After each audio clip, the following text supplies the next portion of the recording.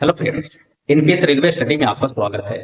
आज हम एलपी 2024 का जो रिजल्ट फाइनल आया है उसके बारे में जिक्र करेंगे और इसमें क्या स्कैम हुआ है उसके बारे में भी हम देखेंगे। अगर एलपी फाइनल रिजल्ट का अगर बात करिएगा तो प्रॉब्लम कहाँ कहाँ आया है और कहाँ इसका जांच करके सफाई रेलवे को देना चाहिए। एक पहला पॉइंट होता है कि साइको में भी दिक्कत किया है और दूसरा इतना हाई कटअप क्यों दिया है। तो पहले हम साइको का बात करते हैं। अगर साइको का अगर बात करेगा तो साइको में जो पेपर हुआ था वो पहला हुआ था 15 जुलाई को। 15 जुलाई। अब ये बताइए कि 15 जुलाई का पेपर हुआ और उसमें कुछ स्टूडेंट का टेक्निकल प्रॉब्लम आया और कुछ का अचानक सिस्टम ही बंद हो गया। अब ये बताइए कि जिनका भी सिस्टम बंद हुआ था उनसे बगल वाले स्टूडेंट प्रभावित हुआ है, क्योंकि 3 स्टेप पार करके सीबीटी 1 सीबीटी 2 में फर्स्ट पेपर और सेकंड पेपर पार करके फाइनल जाता है साइको के लिए। आपको भी पता है दिए होंगे तो क्या बीत रहा होगा, जिनको साथ टेक्निकल इशू हुआ होगा, साइको में कुछ मार्क्स से फेल हुआ है, फाइनल मेरिट नहीं बना है, तो यह स्कैम हुआ है जो स्टेप बाय स्टेप सगर किया गया है। तो साइको का अगर हम बात करते हैं तो 15 जुलाई का जिनका भी हुआ उनको टेक्निकल प्रॉब्लम हुआ तो उनको री एग्जाम के लिए 31 अगस्त को डेट दिया गया।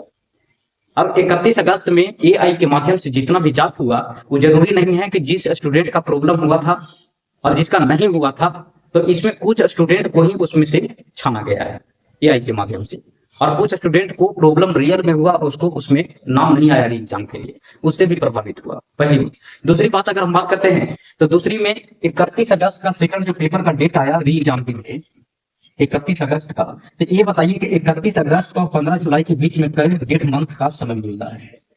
1.5 मंथ का समय मिलता है। अब 1.5 मंथ का समय मिलता है और इसमें आप क्या करिएगा कि 15 जुलाई में 2 शिफ्ट हुआ और 31 अगस्त में 1 शिफ्ट हुआ, उस सारा को ओवरऑल अगर रिजल्ट बनाइएगा तो आकाश जमीन का फर्क पड़ेगा। क्योंकि इसका कारण यह है कि 31 अगस्त का स्टूडेंट का फायदा तो 1.5 मंथ का समय भी मिला है, और दूसरी बात जो भी बैटरी यहाँ पूछा गया था, जो भी बैटरी यहाँ पूछा गया था वो बैटरी भी यहाँ कोई भी चेंज नहीं किया गया है, कोई भी चेंज नहीं किया गया है।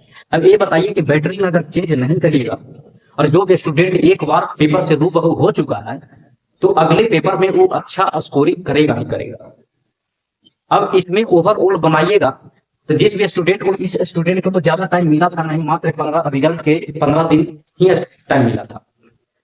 अब 15 दिन में कुछ स्टूडेंट का था जो बहुत मिनिमम मार्क्स रहने की वजह से भी रिजल्ट हुआ था, तो उनका तो कोई दिक्कत नहीं है क्योंकि बहुत आसमान जमीन का फर्क मतलब फाइनल मेरिट बना। लेकिन जो रियल स्टूडेंट के साथ अगर ये गड़बड़ी हुआ है, जो 80 नंबर 85 नंबर 70 नंबर 75 नंबर लेके आया है, उनको साथ ये गड़बड़ हुआ है, तो इसका सारा जो श्रेय मिलता है वो रेलवे को मिलता है।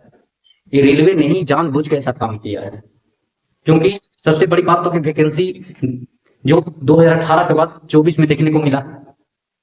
अब ये बताइए 18 से जो 24 तक स्टूडेंट जो तैयारी करते आया और अगर कुछ आपकी लापरवाही से अगर बाहर हो जाता है तो बताइए कि उसके ऊपर क्या बीतता होगा।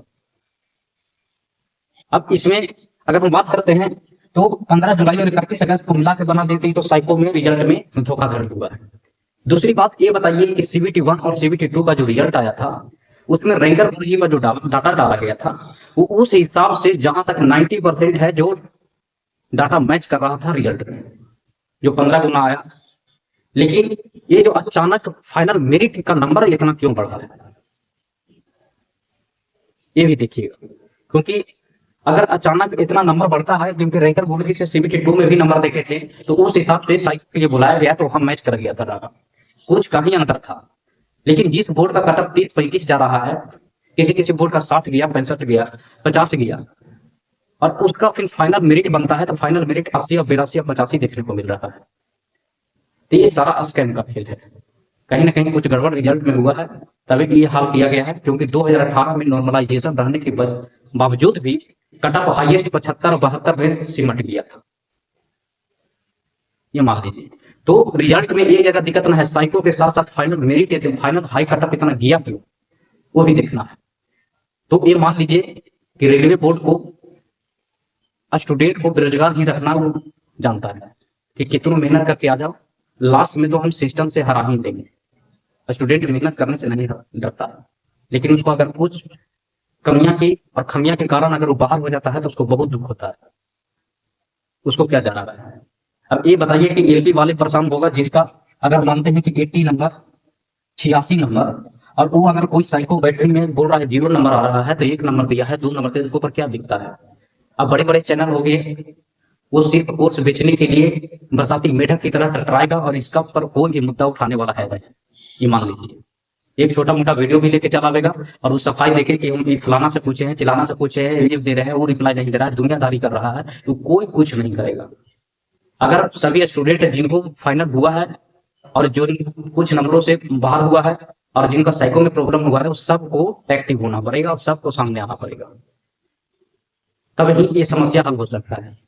हालांकि बड़े बड़े चैनल वाला सब सिर्फ उसी समय आएगा जिस समय वैकेंसी गिरेगा, उसको कमाई चाहिए, उसको आप कोई इसमें लेना देना नहीं है। आप देख भी रहे हो कि साइको के बाद कोई भी टीचर ऐसा ना है जो एक्शन में आया है, बस उतना ही आता है और टटरा के चल जाता है। सीधे सारा जो क्रेडिट आती जा रहा है वो अब ग्रुप डी पर फोकस कर रहा है और एलपी 2025 में जो वैकेंसी है उसको पर फोकस कर रहा है कि वहां से पैसा कमाना है।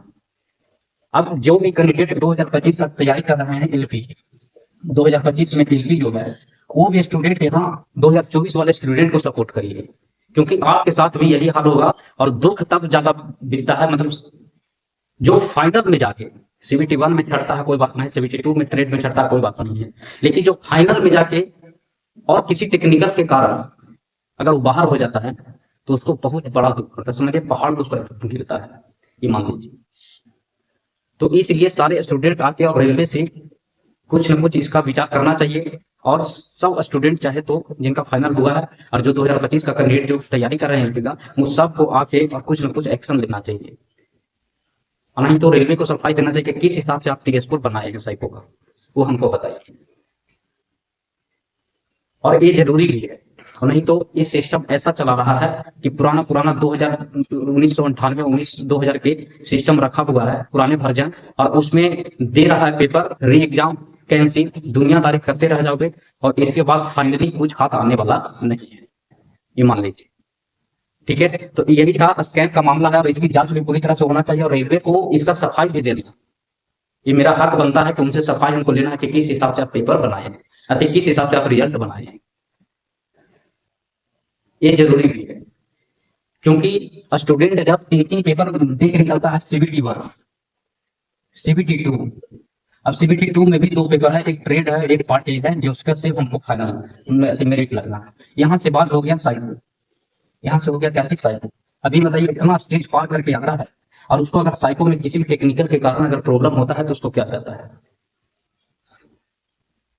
इसलिए इस पर कार्रवाई भी होना चाहिए और कुछ ना कुछ इस पर बड़े बड़े टीचर जरूर इस पर एक्शन ले और स्टूडेंट को सपोर्ट करिए, और सारे स्टूडेंट एक साथ आके और कुछ ना कुछ इस पे नोटिस रेलवे के निकालना बनेगा, क्योंकि नोटिस के माध्यम से समझा सकता है कि हम इस हिसाब से हम साइको लिए थे और इस हिसाब से टीएस को बनाए हैं, चाहे तो शिफ्ट वाइज बनाया है या ओवर हो, उसका सफाई दे देना चाहिए। तो चलिए इस वीडियो के लिए यही तक रखते हैं।